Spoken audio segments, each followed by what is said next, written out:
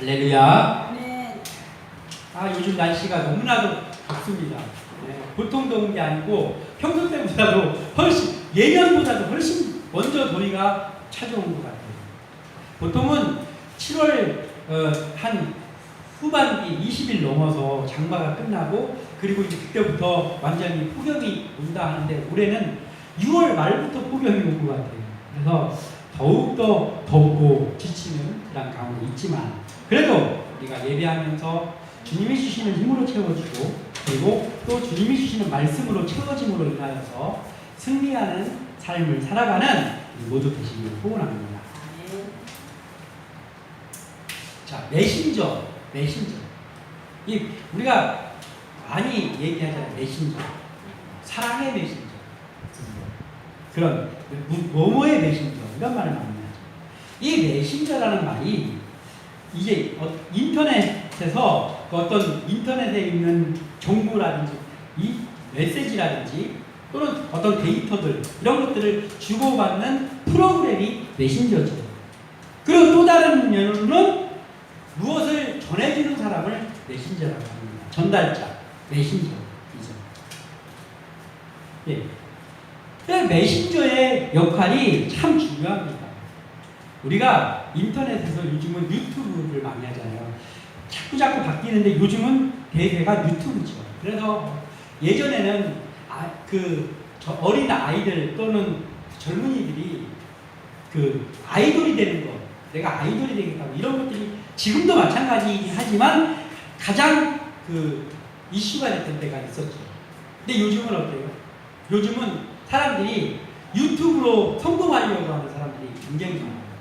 그래서 유튜브로 뛰어들어서 일단은 사람들을 모으고 시선을 집중해야 되기 때문에 문제가 뭐냐면 거짓된 정보들 그리고 자기를 거짓되게 꾸며가지고 하는 그러한 유튜브가 참 문제가 많습니다. 유튜브가 대표적인 메신저죠.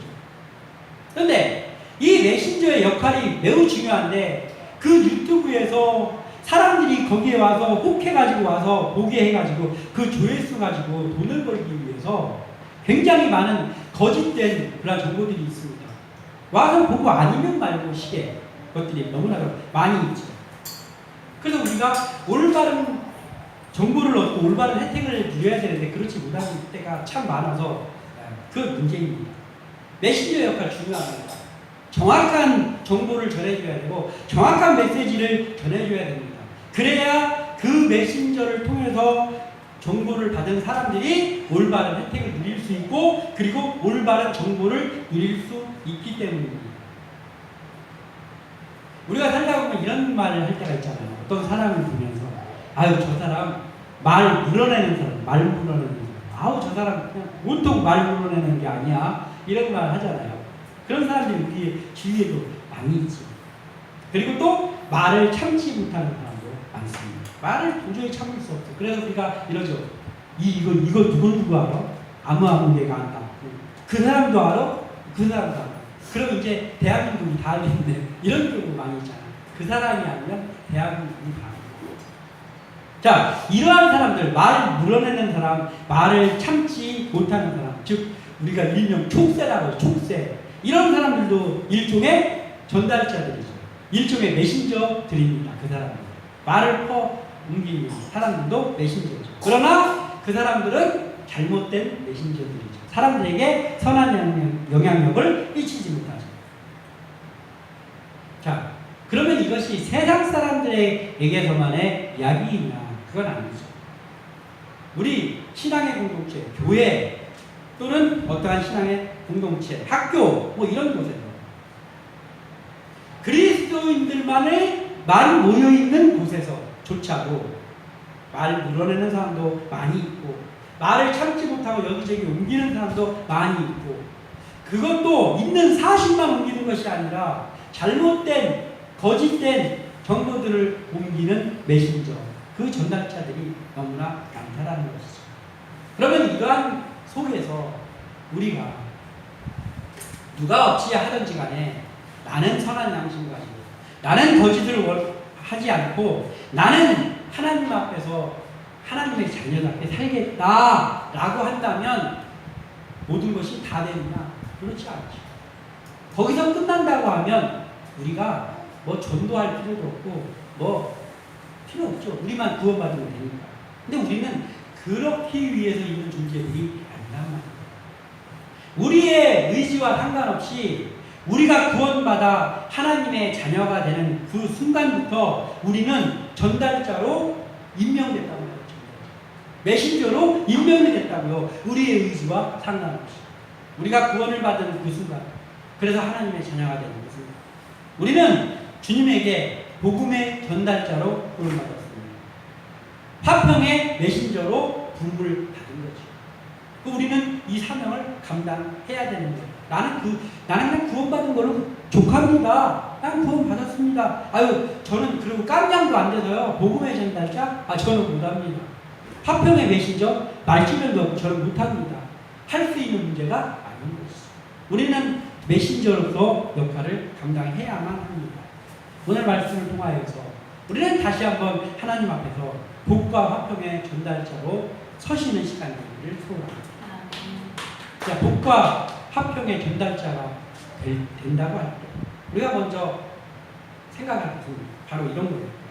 선을 위한 고난의 자리에 내가 서 있어야 된다라는 거예요. 선을 위한 고난의 자리에 서고 싶은 사람이 어디 있습니까? 그러나 복과 화평의 전달자가 되기 위해서는 우리는 선을 위한 고난의 자리에 서 있어야만 됩니다.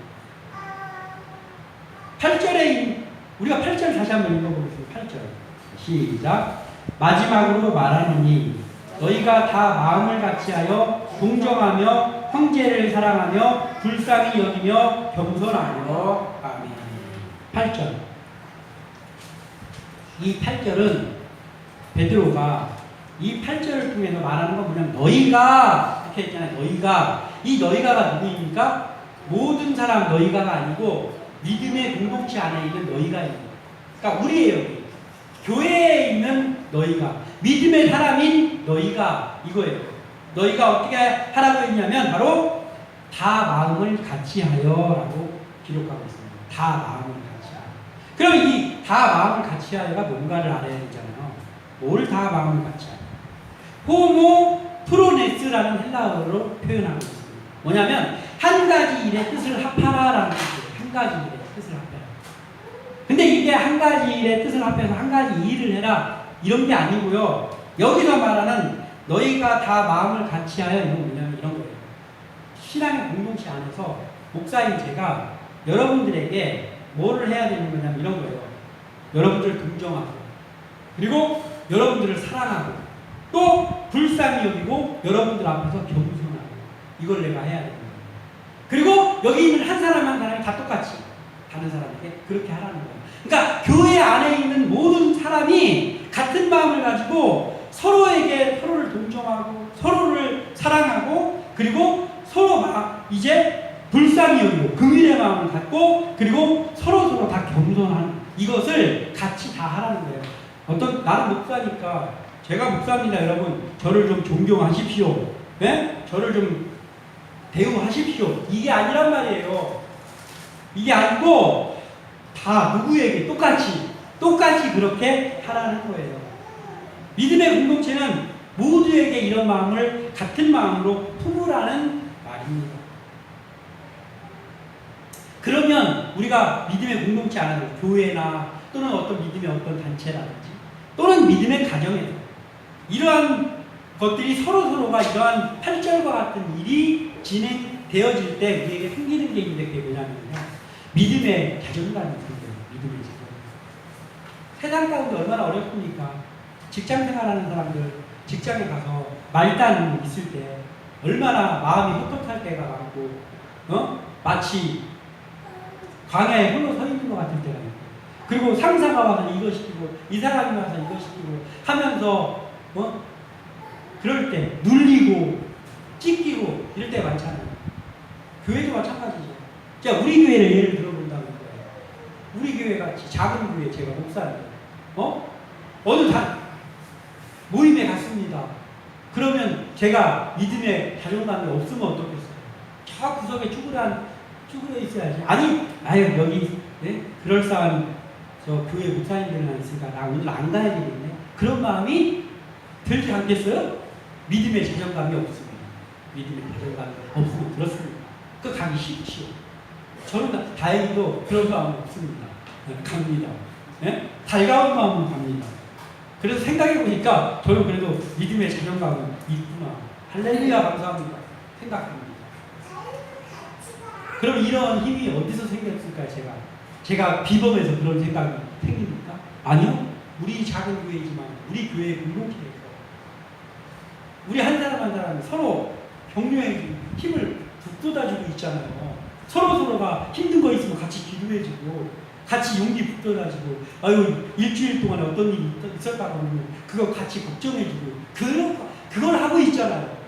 그러니까 8절을 우리가 하고 있잖아요. 그러니까 우리가 신앙의 자존감이 생깁니다.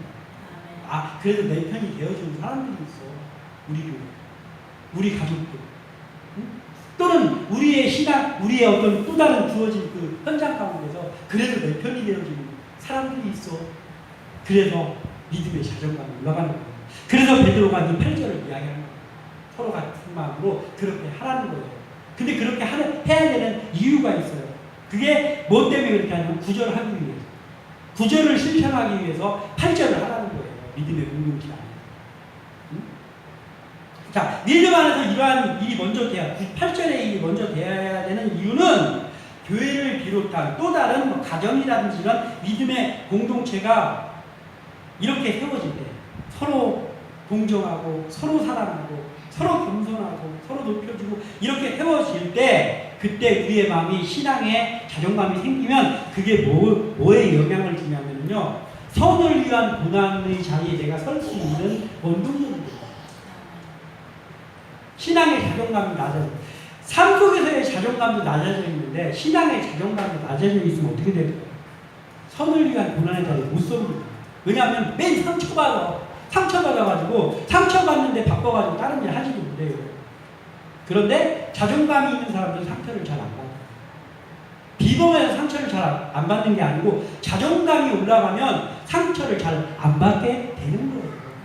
말하자면 근육이 생기는 거예요. 마음의 근육이 생겨. 원래는 없었는데 마음의 근육이 생긴다. 그래서 자존감이 올라가면 자신감이 생깁니다. 그 자신감과 자존감, 그냥 자신감과 자존감이 아니고 믿음의 자신감과 자존감이 생기는 거예요. 왜냐하면 서로 믿음의 공동체 안에서 존중해주고 서로 존경해주고 서로 섬기는 그 안에서 믿음의 가정이 있습니다. 믿음의 가정이 있는데 아니 믿음의 가정이 아니라 하죠. 부모에게 어떤 어린 아이가 굉장히 존중받고 그리고 그 사랑을 듬뿍 먹고 그런 아이가 바깥에 나가서 어떤 곳에 있습니다. 그러면 표시가 나요. 잘 보면 표시가 납니다. 집에서 부모님한테 사랑을 듬뿍 받은 아이는 어디다 밖에다가 내놓으면 표시가 납니다. 왜냐하면 걔가 마음에 자존감이 있거든요. 그러니까 자신감이 있고 그리고 자유로워요. 그런데 집에서 맨날 엄마 아빠한테 혼나고 맨날 엄마 아빠한테 눌리고 너는 왜 그렇게 하냐 핀잔 듣고 그렇게 하다가 바깥에 나가면 자존감이 없어가지고 주눅 들어요. 그래서 우리는 믿음의 가정들이니까 우리가 우리 가정의 구성원들을 힘을 북돋아 줘야 된다는 거예요. 서로 칭찬해주고 힘을 북돋아 줘야 됩니다. 그래야 그 힘 가지고 이제 우리가 나가서 구절을 실천할 수 있습니다. 아무쪼록 우리 교회가 이러한 다 같이 마음을 같이 하여 계속해서 서로 동정하고 사랑하고 겸손하고 그리고 서로 세워주는 교회 되기를 소원합니다. 아멘. 자, 주님은 우리 주님이 있죠. 우리 주님이 세상을 이기셨잖아요.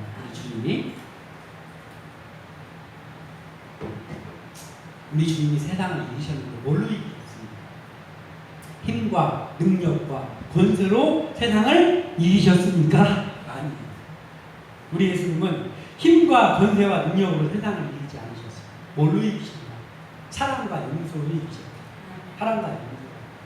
그러면 우리가 그렇잖아요. 사람들이 어디 가서 누구하고 뭐 결혼다든지 이렇게 싸운다든지 할 때 뭐 가지고 나갑니까? 나한테 제일 자신 있는 거 가지고 나가잖아.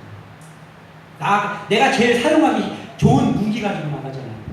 내가 사용하기 좋은 거. 지식이 많은 사람 지식 갖고 하잖아요. 사람들한테. 너 이거 알아? 그러니까 지식 갖고 나가잖아요.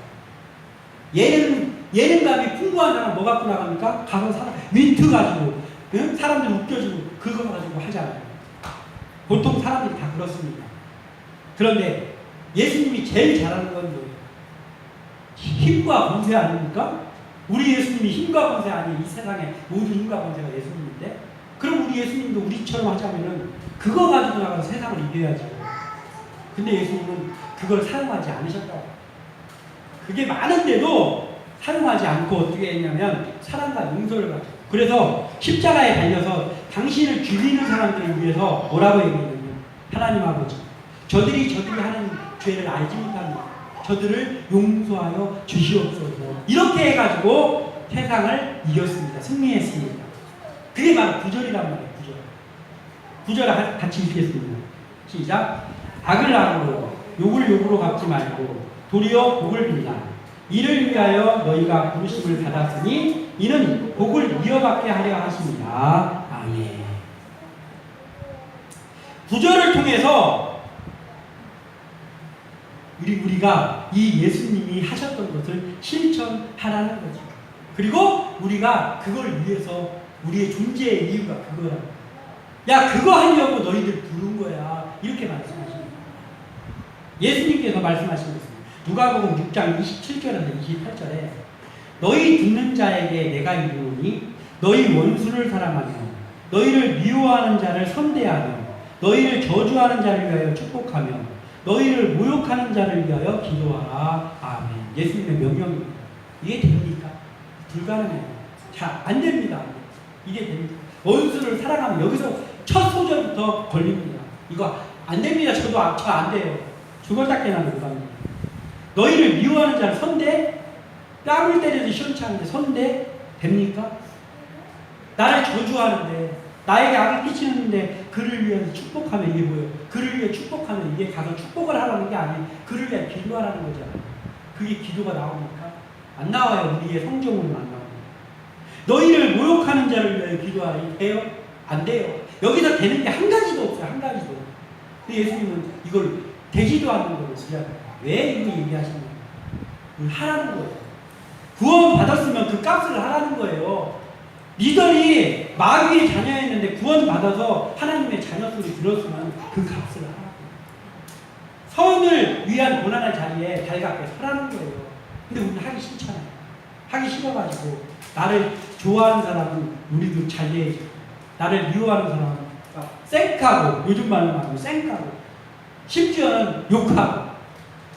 그런데 성경은 그렇게 말하지 않고 있습니다. 오늘 구절에는 악을 악으로 갚지 말고 욕을 욕으로 갚지 말고, 그리고 더 나아가서 그를 위해 복을 빌으라. 그 다음 구절 때문에 우리가 이걸 꼭 해야 돼요. 뭐냐면 그 다음 구절 뭐라고 했습니까? 이를 위하여 너희가 부르심을 받았구나. 이를 위하여. 그러면 우리가 이거 안 하면 우리는 부르심을 받을 자격이 안 되는 거예요. 우리가 이것 때문에 우리를 부르셨다고요. 세상 가운데 나가서, 세상 가운데 나가서 선을 위한 고난의 자리에 서라고, 예수님 닮은 역할 하라고 우리를 부르신 거예요. 우리의 존재의 이유입니다. 그래서 우리가 이것을 다 하게 되고, 구절의 말씀은 그리스도인이 복을 받기 위해서 원수까지도 사랑하고 복을 빌라는 그런 말이 아니라, 부름받은 우리는 이미 하나님의 복을 받았잖아요.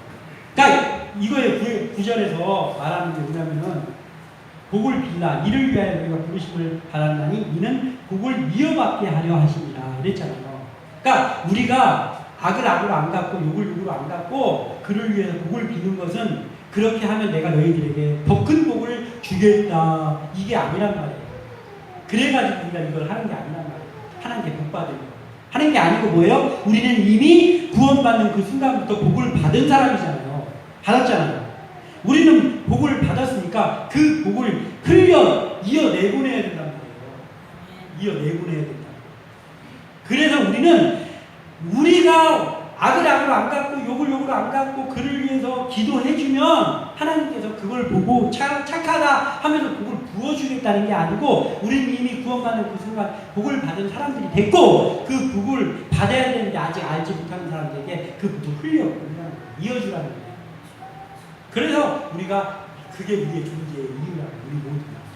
그 우리는 이 일을 감당하는 한 사람을 그 일을 감당하기 위해서 선을 위한 고난의 자리에 서야 되는데 그 선을 위한 고난의 자리에 우리가 못 서잖아요. 그래서 아까 이야기했던 8절 우리 믿음의 공동체 안에서 서로 존중해주고 사랑해주고 그래서 우리가 그 속에서 믿음의 자존감이 생겨야 된다는 거예요. 그러니까 8절이 먼저 있어야 되고 8절이 되고 나면 우리가 9절을 할 수 있다는 것이죠. 이러한 일이 우리 교회에서 일어나기를 소원합니다.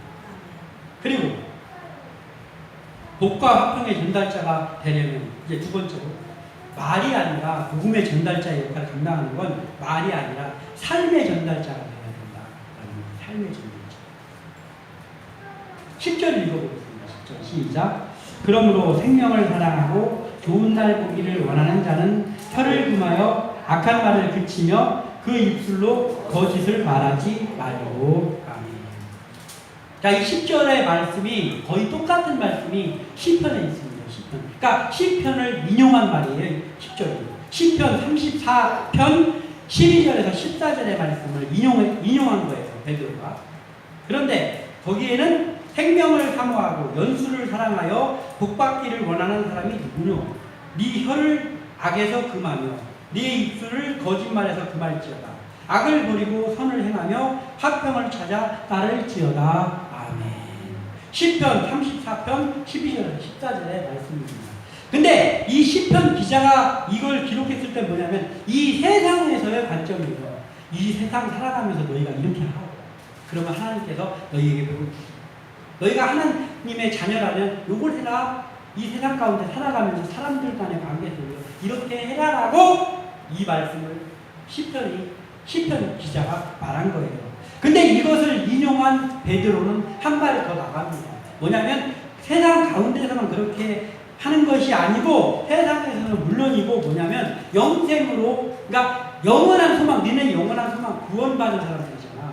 영원한 영생을 선물 받은 사람들이잖아. 그러니까 너희들이 그 소망하는 그 영생 있잖아. 너네들이 인생이 끝나고 나중에 영원한 천국을 선물로 받았지 않느냐? 그렇다면 그것을 소망하는 자답게 이 일을 해라 라는 거예요. 10절에 생명을 사랑하고 좋은 날 보기를 원하는 자는 이 좋은 날이 뭐예요? 영생의 날이란 말이에요. 그 영생의 날을 보기를 원하는 너희들은 그 영생을 선물로 받은 자답게 혀를 금하고 악한 말을 그치고 그 입술로 거짓을 말하지 말고 11절에 악에서 떠나 선을 행하고 화평을 구하며 그것을 따르라. 아멘인 거예요. 그래서 복을 빌어주고 남에게 복을 빌어주고 최고의 복은 뭐예요? 복음을 전하는 거죠. 네? 그리고 화평의 전달자. 우리 예수님은 복음이시고 우리 예수님은 평화의 왕이잖아요. 그러니까 우리는 그 복음인 예수님을 전하고 그리고 화평의 전달자들이 되라 라는 것이 이 바로 10절과 11절의 명령이라는 거예요. 베드로를 통해서 이것을 우리에게 말씀하십니다. 우리가 영원한 천국을 소망하는 구원을 소유한 사람이라면 생명을 사랑하고 좋은 날 보기를 원하는 자답게 사는 것이 바로 복과 화평의 전달자의 역할을 감당하는 그 일이란 말이에요. 근데 그 일을 할 때 우리가 말 가지고 하는 것이 아니라 우리의 삶을 통하여서 전하는 것이죠. 주님의 뜻은 구원받은 우리를 통해서 더 많은 사람들이 그 복을 이어받기를 원하는 거야. 조금 아까 이야기했죠. 그래서 우리가 이 일을 해야 되는 거예요. 근데 우리가 입으로 믿음을 말해요. 아멘. 그리고 막 말씀을 이야기하고 서로 믿음을 말합니다. 그런데 하나님의 사랑을 또 받기를 원합니다. 그런데 그 사랑을 우리는 받기를 원하고 우리는 주님을 이야기하지만 다른 사람에게 그것을 전해주지는 않아. 그러면 뭐하고 똑같냐면은 마치 이전에 그 유대인들이 어떻게 했습니까? 기도할 때 유대인들이 어떻게 기도했냐 말하고 있잖아요. 성경에. 나는 저 세리와 죄인과 같지 않아. 응? 일주일에 2번씩 금식을 하며 11조를 칼같이 드리며 막 이런 기도 했잖아요. 나는 저들과 같지 않아. 그들하고 나를 분리해서 이야기했단 말이에요. 분리해서. 유대인. 근데 우리가 똑같이 우리 이제 구원받았으니까 열심히 신앙생활하고 그렇게 하는데 우리가 속해 있는 공동체에서 우리가 그들에게 복과 평화의 화평의 전달자로서 역할을 도무지 하지 않는다고 하면 그들과 다르지 않다고 합니다. 그들과 다르지. 네? 그냥 저 이방인들은 지옥의 불쏘시개고 우리는 구원받은 백성이고 이렇게 하는 유대인들하고 우리가 다르지 않죠. 우리가 해야 될 건 뭐예요? 반드시 해도 되고 안 해도가 아니고 반드시 복과 화평의 전달자의 역할을 감당해야 된단 말이에요. 그러기 위해서 교회에서 우리가 서로 그것을 할 수 있는 사람들을 서로 도와주고 그리고 우리 각자의 삶의 현장에 나가서 우리가 속해 있는 곳에서 그 일을 하는 거예요. 찬양을 우리 최신규 목사님이 찬양을 작곡해서 하고 있습니다. 그 일의 궁극적인 목적이 뭐냔 말이에요. 그 찬양 듣고 사람들이 구원받으려고 하는 거 아니에요. 그냥 내가 음악에 달란트 있다라고 자랑하는 게 아니잖아요. 그러니까 그 찬양이 복음을 담고 있잖아요. 그러니까 이게 복의 전달자의 역할을 하는 거죠. 화평의 전달자. 학교에서 아이들을 지도합니다. 믿음의 아이들을 지도하고 있는 그러한 목사로서 사명을 감당하고 있습니다. 그런데 내 일만 충실히 감당하고 있으면 안 되는 거예요. 그들에게 상처받는 일만 일으켜주고, 막 이런 일들. 그 역할을 해야 된다는 말이에요. 교회에서 새신자들이 오면, 우리는 이미 하면서 앉아있으니까 성도들이 그들에게 다가가가지고, 그들에게 힘도 되어주고, 그들을 북돋아주고, 그 일, 해야 되는 거예요. 이 일을 해야 되는 거예요. 그들이, 그 유대인들이 주여 입으로만 주여 하는 그 삶을 자기네들만 그냥 믿음 있고 자기네들만 하나님 믿고 그렇게 살았더니 예수님께서는 그들은 자기들의 믿음의 자부심으로 꽉 차 있는데 예수님은 그들을 뭐라 했냐면 이 독사 새끼들아 이렇게 말했잖아요. 우리도 마찬가지예요. 우리 구원받았으니까 우리 신앙생활 열심히 하고 그걸로 끝이면 우리도 이런 책망 안 받겠습니다. 그래서 우리는 우리의 삶의 현장 속에서 반드시 복과 화평을 전달하는 전달자의 메신저의 역할을 감당해야만 합니다. 즉 우리가 말로만 믿는 얘기하고 이것이 아니라 우리의 삶을 통해서 그것을 나타내야 된다는 거죠. 우리의 입은 선한 말을 하는 거죠. 그리고 우리의 삶은 선한 행동을 전하고 그것이 우리의 삶입니다. 삶 가운데에서 믿음의 동역자들 간의 화평은 물론이고 그리고 우리를 대적하는 사람에게도 대응하고 그들과 싸우고 그들을 배척하고 그게 아니라 그들을 8절에서 우리가 배웠던 걸 그들에게 써먹는 거예요. 그들을 불쌍히 여기고 그들 앞에서 그들을 높여주고 그리고 그들이 죄악 가운데 있고 우리에게 괴롭힘이 대상이 되지만 그럼에도 그들을 위해서 하나님 앞에 예수님이 십자가상에서 기도했던 거죠. 우리도 하나님 아버지 저 사람이 저런 죄를 짓고 있지만 하나님 아버지 저 사람도 불쌍하지 않습니까? 저에게 성령께서 역사해 주십시오 하면서 그들을 위해서 중보 기도해야 되는 것이죠. 이것이 우리가 해야 되는 것입니다. 우리의 사람의 마음으로는 불가능한 일이죠. 그렇지만 불가능한 일이지만 할 수 있는 것이 있죠. 뭐냐면 우리가 하나님을 의지하고 하나님을 의지하는 게 뭐예요? 하나님 앞에 우리가 먼저 나에게 그런 마음을 달라고 기도하고 그 마음을 달라고 기도할 때 하나님 우리에게 그 긍휼의 마음을 주시면 우리는 그들을 위해서 기도하고 이렇게 우리의 사명을 감당하게 소원합니다. 그리고 마지막으로 우리는 올바른 메신저의 역할만 하면 된다. 메신저의 역할만 하면 된다. 12절 같이 있습니다. 12절 시작. 주의 눈은 의인을 향하시고 그 귀는 의인의 간구에 기울이시되 주의 얼굴은 악행하는 자들을 대하시느니라 하였느니라. 아멘. 자, 우리는 그리스도인의 삶을 살면서 쉽게 지칠 때가 많잖아요. 우리가 하나님만 의지하는 삶을 사는데 우리 진짜 지칠 때가 너무나 많지 않습니까? 마음이 막 저 밑으로 떨어질 때도 힘이 빠질 때도 근데 그 이유 왜 그럴까요? 왜 하나님만 의지하면서 사는데 왜 막 힘 빠지고 넘어지고 그리고 막 모든 거 하고 싶지 않고 어디로 숨고 싶고 그런 생각이 왜 들을까요? 왜 들을까요? 내 생각 속에서 바라는 대로 상황이 정리되지 않기 때문에 내 생각대로 좀 이렇게 일어났으면 좋겠는데 그게 안 되기 때문에 그래서 그런 거예요. 즉 우리 기준에 합력하여 선을 이루기 우리 마음속에 있어요. 내 기준에서의 합력하여 선을 이룬가? 요게 일이 이렇게 되면 합력하여 선을 이루겠네. 나는 내 기준에 합력하여 선을 이루기 있어 마음속에. 아니 내가 그 마음을 갖고 싶어서 있는 게 아니라 다 그 마음이 있어요. 근데 그대로 일이 이루어지지 않잖아.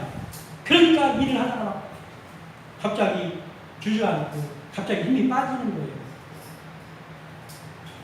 근데 그런 마음들이 내 마음으로는 제어가 안 돼요.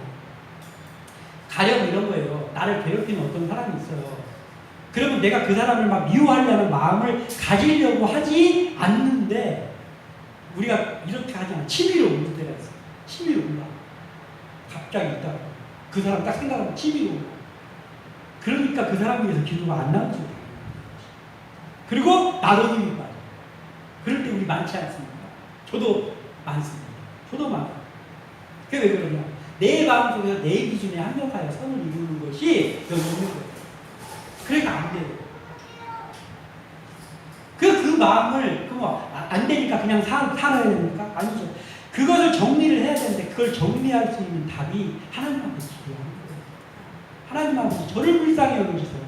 저를 불쌍히 여겨주시고 제가 이게 도저히 안 됩니다. 이 사람을 미워하는 이 마음이 막 순간순간 올라옵니다. 그래서 제가 화가 납니다. 하면서 솔직히 하나님 앞에 기도하는 것이 먼저라는 거예요. 그러면 우리의 힘으로는 안 되는 것을 우리가 기도하고 한 번 기도하고 두 번 기도하고 세 번 기도할 때 하나님께서 우리의 기도를 들어주시고 오늘 12절에서 얘기했잖아요. 주의 눈은 의인을 향하시고 기도하는 그 사람이 의인입니다. 하나님만 바라보는 그 사람이 의인이잖아요. 그 사람의 간구에 귀를 기울이신다고요. 그리고 그 마음을 우리에게 주시는 거예요. 그러니까 우리는 불가능하지 않은데 어느 순간부터 계속해서 그 마음 달라고 하나님 앞에 내가 먼저 나를 위해서 기도하고 하나님 앞에 갔더니 우리를 괴롭히는 그 사람들을 하나님 앞에 제가 사실 이러이러한 것들에 마음이 힘듭니다. 그렇지만 하나님께서 없어요. 그 사람도 하나님의 사람이 아닙니까? 그 사람의 마음을 선한 마음으로 바꿔주세요. 그 사람도 하나님께서 못 내려주세요라는 기도가 그때 나옵니다. 그런데 제일 먼저 변하는 게 있는데 그 기도를 하는 순간부터 그렇게 주저앉을 것 같은 마음이 내 마음이 편해져. 그리고 그 기도가 자꾸 나와요. 그러니까 내 능력으로 되는 게 아니라 하나님의 능력으로 돼요. 그러기 위해서 먼저 그 능력 달라고 하나님 앞에 내가 기도합니다. 그리고 하나님께서 나에게 그 마음을 주시면 그때 그를 위해서 또 기도합니다. 그러려면 먼저 빼내야 될 마음이 있는 게 뭐냐면 내 기준에서의 합력하여 선을 이룸 이걸 빼내야 돼요. 그러니까 나는 뭐만 하면 된다고요? 올바른 메신저의 역할만 감당하는. 올바른 메신저가 뭐예요? 우리를 해하는 자를 위해서 기도해 주는 거. 이런 것도 올바른 메신저랍니다. 나는 그것만 하는 거예요. 그리고 그거에 따라서 복 받을 사람을 하나님께서 변화시켜서 복을 주시는 거고. 그리고 하나님께서 공의의 칼날을 댈 사람에게 하나님의 때 하나님이 되신단 말이에요. 그러니까 나는 거기까지 내가 생각할 게 아니야. 내가 이렇게 하면 한나라의 선을 이루어지겠네라는 마음을 먹을 필요가 없단 말이에요. 나는 뭐만 하면 된다고요? 올바른 메신저의 역할만 감당하는 거예요. 가서 사람들에게 전하고 그리고 나를 대적하는 사람을 위해서도 기도하고 그것까지가 내 몫이라고. 그것까지가 제 몫, 우리 몫입니다. 그러면 하나님의 합력하여 선을 이룸이 역사된단 말이에요. 하나님의 12절의 말씀을 보면 하나님의 말씀대로 선한 메시지의 사명을 감당하는 자에게는 뭘로요? 사랑의 하나님으로. 그러니까 눈이 그쪽을 향하고 그를 보신다고 했잖아요. 사랑의 하나님으로 우리를 바라보는 거예요. 우리가 올바른 메신저의 역할을 감당하고 있습니다. 하나님의 분이. 그런데 우리는 그 악인들을 위해서도 기도하고 욕으로 받지 않고 하지만 하나님은 그들을 바라보실 때 뭘로 바라보신다고? 악인들을 공의의 하나님으로 그들을 바라보십니다. 그리고 하나님의 그 때가 나타나는데 언제 나타나느냐? 하나님이 정해놓으신 때에 하나님의 방법대로 그 일을 이루신단 말이에요. 그러니까 이 일을 이루시는 역할, 합력하여 선을 이루는 역할은 하나님의 몫이라고. 그러니까 거기에는 우리가 흔들리지 말고 우리는 뭐만 하면 된다고요? 올바른 메신저의 역할만 감당하면 됩니다. 우리는 이를 위해서 부름받은 사람들이기 때문입니다. 오늘 우리가 말씀 나누었는데 우리가 구원받고 하나님의 자녀가 됐고 그런 사람은 존재의 이유가 복과 화평을 전하는 일을 해야만 하는 거잖아요. 우린 그 일들을 각자가 다 맡았습니다. 그리고 그 일을 잘 하라고 그라운드도 하나님이 깔아주셨어요. 이 교회, 또 믿음의 가정, 그리고 내가 일하고 있는 그곳, 믿음의 그곳이 있습니다. 그곳에서 이 일을 잘 감당하되 선을 위한 고난의 자리에 우리가 서고, 그리고 우리의 삶을 통해서 그 전달자의 역할을 감당하고, 그리고 우리는 하나님께서 합력하여 선을 이룰 것을 생각하면서 메신저의 역할을 묵묵히 감당하는 그런 삶을 살기를 소원하고, 우리 한 사람 한 사람이 그런 사람이 되고 우리 교회가 그러한 교회 되기를 주님의 이름으로 축원합니다. 기도합니다.